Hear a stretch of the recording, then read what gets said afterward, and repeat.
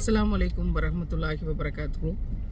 நாள் 31 பசியாற்றுவோம் திட்டத்தினுடைய உறுப்பினர்கள், நம்முடைய சகோதரிகள், தமிழ்நாடு முழுக்க இருக்கக்கூடிய இந்த பெண் பிள்ளைகள் பாதுகாப்புக்காக ஏதாவது ஒன்று செய்யணும்னு நினைக்கக்கூடிய நல்லுள்ளங்கள், இவங்க எல்லாரும் சேர்ந்து ஒருங்கிணைப்பு செஞ்சு மிக சிறப்பாக 1,00,000 மக்களை சந்தித்து கொண்டு 1,00,000 நோட்டீஸுகளை அனைவரிடம் ஒப்படைத்து கொண்டு ஓடிக்கொண்டிருக்கிறோம்.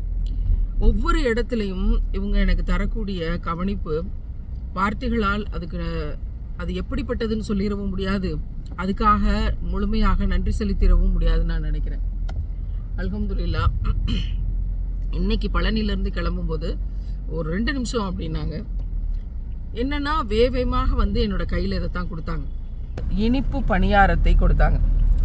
நான் எப்போதும் சொன்னது எனக்கு இந்த பணியாரம், கொழுக்கட்டை, புட்டு இதெல்லாம் ரொம்ப பிடிக்கும் அப்படின்னு.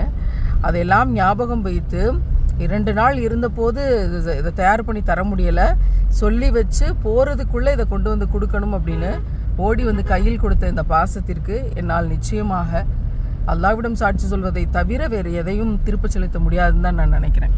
என்ன மேம், பணியாரம்லாம் ஒரு விஷயமா அப்படின்னு நம்ம நினைக்கலாம், கேட்கலாம். ஆனால் இது யார் செய்ய முடியும் அப்படின்னா பெற்ற தாய் தான் செய்ய முடியும்.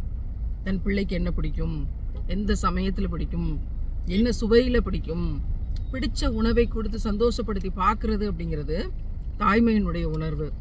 என்னுடைய பசியாற்றும் திட்டத்தினுடைய சகோதரிகள், அவங்களுடைய இல்லங்கள், அவங்க வீட்டில் இருக்கக்கூடிய அவங்களுடைய சொந்தங்கள் ஒவ்வொருத்தரும் மாஷா அல்லாஹ் உடன் பிறக்காத சகோதரர்கள்னு சொல்கிறதா, எவ்வளவு தூரம் நிகழ்ச்சியாக அவர்களுக்கு நன்றி செலுத்துறதுன்னு எனக்கு தெரியல. உண்மையிலேயே என்னை அறியாமல் வழிந்தோடிய கண்ணீரினுடைய ஈமானை அல்லாஹ் அறிந்தவனாக இருக்கிறான். அதன் நன்றி உணர்ச்சிகளை நான் சம்மந்தப்பட்ட எல்லோருக்கும் நான் அனுப்பி வைக்கிறேன். நிறைய துவா செஞ்சுருக்கோங்க எல்லாருக்காகவும்.